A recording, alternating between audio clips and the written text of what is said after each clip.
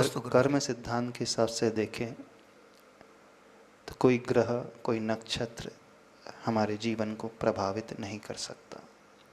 जैसे हमने पूर्व में कर्म किए हैं और उस कर्म को हम बांध कर के लाए हैं, उन्हीं कर्म का उदय जो है हमारे लिए सराउंडिंग को बनाने वाला होता है, उस प्रकार के निमित्त को जुटाने वाला होता है, उस प्रकार के सुख और दुख की अवस्था को दिलाने वाला होता है। तो रही बात ग्रह नक्षत्र की, फिर लोग तो कहते हैं कुंडली देख कर के पूरा प्रेडिक्शन कर देते हैं, और कई ऐसे विशेषज्ञ हैं, ज्योतिषाचार्य हैं, पूरे परफेक्ट प्रेडिक्शन करते हैं, और हम जिसकी कुंडली देखी है उन्होंने एज इट इज़ ग्रहों की दशा के अनुसार पूरा भविष्य बता दिया और एज इट इज़ घटता हुआ है। तो पहले इस बात को समझे, वो ग्रह नक्षत्र आदि वो कुछ कर नहीं रहे हैं।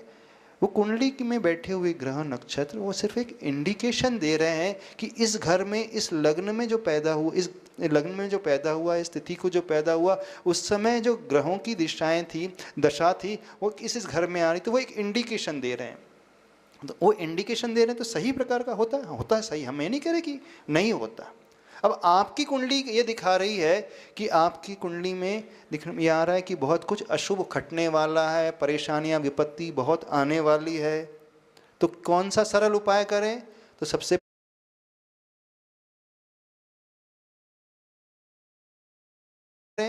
सबसे पहले एक बात गांठ बांध ले, किसी ग्रह की पूजा आपको नहीं करना है, किसी पंडित के चक्कर ज़्यादा नहीं लगाना है, ज़्यादा कोई स्टोन के चक्कर में नहीं पड़ना है, ज़्यादा नारियल आरियल चढ़ाने के चक्कर में नहीं पड़ना है।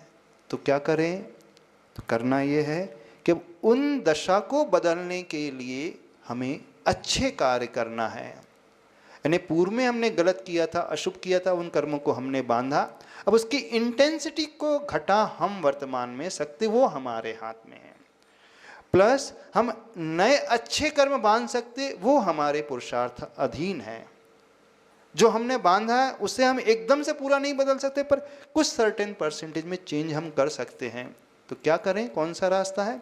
तो अच्छे कर्म जिससे बनते उस रास्ते को अपनाएं। तो आचार्य भगवान ने कहा है, साता वेदनी कर्म का बंध किससे होता है? तो भूत वृत्त्यनुकंपादान सराग संयमाद योग शांति शौचम इति सद्वेद्यस्य, अर्थात आप करुणा का भाव अपने भीतर लाना सीखो, आप दान का परिणाम अपने भीतर लाना सीखो, किसी पीड़ित को देख करके उसकी मदद करना सीखो, प्रभु की भक्ति, उनका गुणानुवाद करना सीखो, अपने जीवन में व्रत और संयम नियम का अनुपालन अपने जीवन में करना सीखो।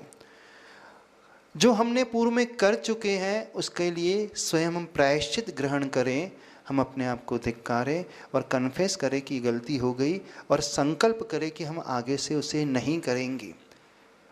और जो पुण्यवान जीव हैं, जो चरित्रवान जीव हैं, उनकी सेवा करना शुरू करो, उनका आश्रय लेना शुरू करो, उनके इर्द गिर्द रहो, उनसे मार्गदर्शन लो, तो आपका पुण्य बहुत तेजी से बंधेगा नया।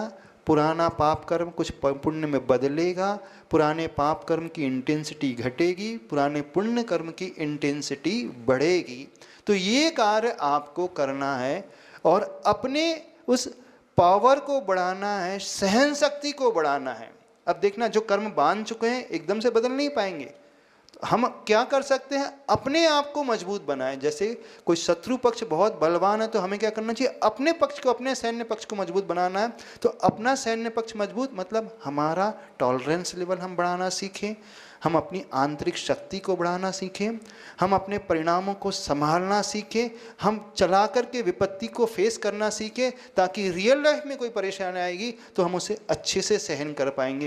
यानी हम अपनी लाइन बढ़ाएंगे तो वो पुरानी लाइन जो है अपने आप छोटी हो जाएगी। जो कर्मों की पहले बड़ी थी, हमारी लाइन छोटी थी, अब हमें अपनी लाइन बढ़ाना है। तो अपनी लाइन बढ़ाने के तरीके प्रभु की भक्ति, प्रभु की पूजा, दान, करुणा का भाव, व्रत, नियम, ऐसे लोगों की सेवा, उनके पास रहें, उनकी वैयावृत्ति करें और उनकी अनुमोदना करें। और एक सबसे बड़ा कारण, बहुत अच्छा उपाय बताना चाहते हैं, ईर्ष्या बिल्कुल छोड़ दें। जो अधिक पुण्यवान हैं, अधिक अमीर हैं, अधिक गुणवान हैं, जिनको सब कुछ मिला है, उनसे जलना बिल्कुल छोड़ दें, बल्कि अनुमोदना कर लें। यदि आप मन से उनकी अनुमोदना भी करने लगोगे तो भी आपके जीवन में पुण्य कर्म बन जाएगा और उससे आपकी शारीरिक और मानसिक शक्ति का विकास होगा। मानसिक शक्ति का विकास हो गया तो अब आपके जीवन में जब अशुभ कर्म का तीव्र उदय आएगा तो उससे आप सहन करने के योग्य हो जाओगे। सहन करने के योग्य हो जाओगे तो वो छोटा सा लगने लगेगा। ये सही तरीका है।